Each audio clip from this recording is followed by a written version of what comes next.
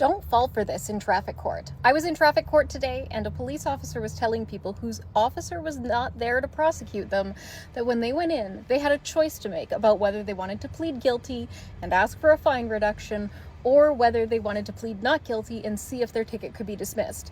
If you go to traffic court, this should be common knowledge, but it's not. If you go to traffic court and the officer doesn't show up, you always plead not guilty. If the officer's not there to prosecute you, the court has no ability to do anything other than dismiss the ticket. The only exception to that would be if the officer applied for an adjournment or there was another officer on behalf of that officer to apply for an adjournment. And then you should always oppose the adjournment. Always say, I'm here, I took time off work, or I hired a lawyer and paid money for my lawyer to come to traffic court, and the officer's not here and not ready to go, and the matter should not be adjourned because that is unfair to me. And most of the time, if there is an adjournment request by an officer and the applicant is there and ready to proceed to their trial, that adjournment request gets denied.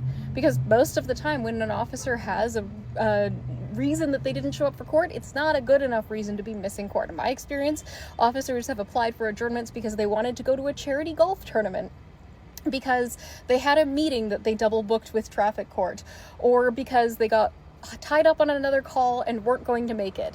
And in none of those cases were the adjournments granted because the officers prioritized certain work or certain activities over their obligation to come to court. So never, if an officer tells you in the hallway you have a choice of whether to plead guilty or not guilty, if an officer is not there to prosecute you, never plead guilty. Do not listen to that advice. It is bad advice and it is a trick.